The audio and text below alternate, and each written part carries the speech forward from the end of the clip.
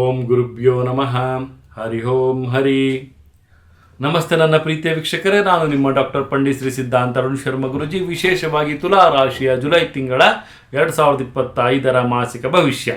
ವಿಶೇಷವಾಗಿ ತುಲಾ ರಾಶಿಯವರಿಗೆ ಮಾತೃತ್ವ ತುಂಬ ಚೆನ್ನಾಗಿರುತ್ತೆ. ಅವ್ರಿಗೆ ಮಾತೃವಿನ ಒಂದು ಆಶೀರ್ವಾದ, ಮಾತೃವಿನ ಒಂದು ಪ್ರಾಬಲ್ಯತೆ, ಮಾತೃವಿನಿಂದ ಒಂದು ಹಣಕಾಸಿನ ಲಾಭ ಆಗಿರ್ಬೋದು, ಮಾತೃವಿನಿಂದ ಕೆಲವೊಂದು ಆ ಉತ್ತಮವಾದಂಥ ಆಶೀರ್ವಾದ ಆಗಿರ್ಬೋದು, ತುಲಾ ರಾಶಿಯವರಿಗೆ ಉತ್ತಮವಾಗಿ ಸಿಗ್ತಾ ಹೋಗುತ್ತೆ.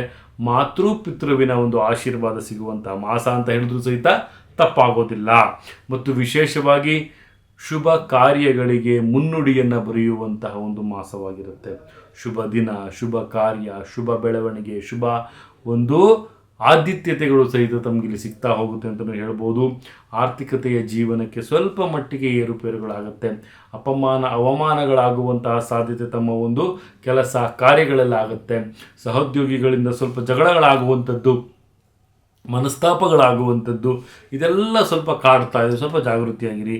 ಸ್ವಲ್ಪ ತಾವು ಯಾವುದಾದ್ರು ಒಂದು ಮಾತನಾಡೋಕ್ಕಿಂತ ಮುಂಚೆ ತುಂಬಾ ಯೋಚನೆ ಮಾಡಿ ಅದಕ್ಕೆ ಪ್ರತ್ಯುತ್ತರವನ್ನು ಕೊಡೋದು ತುಂಬಾ ಉತ್ತಮವಾಗಿರುತ್ತೆ. ನನ್ನ ಪ್ರೀತಿಯ ವೀಕ್ಷಕರೇ, ಆದಷ್ಟು ಸಹಿತ ತುಲಾ ರಾಶಿಯವರು ಈ ಒಂದು ಮಾಸದಲ್ಲಿ ಮೌನಕ್ಕೆ ಶರಣಾಗುವುದು ತುಂಬಾ ಉತ್ತಮ.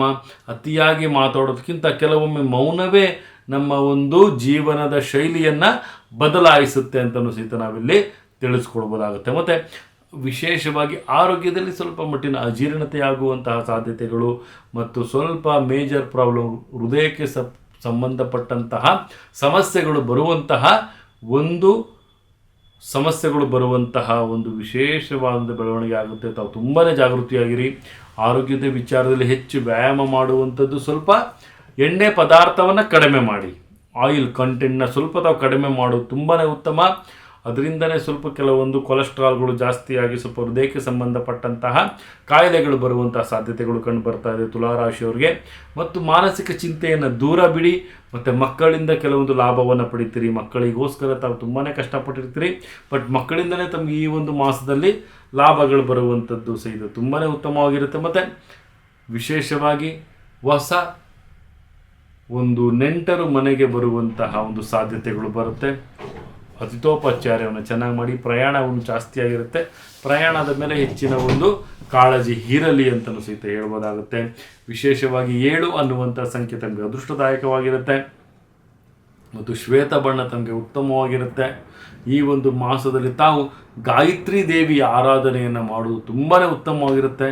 ತಾಯಿ ಜಗನ್ಮಾತೆ ಗಾಯತ್ರಿ ಸ್ತೋತ್ರವನ್ನು ತಾವು ಪಠನೆ ಮಾಡೋದ್ರಿಂದ ತುಂಬಾ ಉತ್ತಮ ಅಂತಲೂ ಸಹಿತ ಹೇಳ್ಬೋದಾಗುತ್ತೆ. ಇದೇ ರೀತಿ ನಮ್ಮ ಚಾನಲನ್ನು ಲೈಕ್ ಮಾಡಿ, ಶೇರ್ ಮಾಡಿ, ಕಮೆಂಟ್ ಮಾಡಿ. ಪ್ರತಿಯೊಂದು ವಿಚಾರಗಳು ತಮಗೆ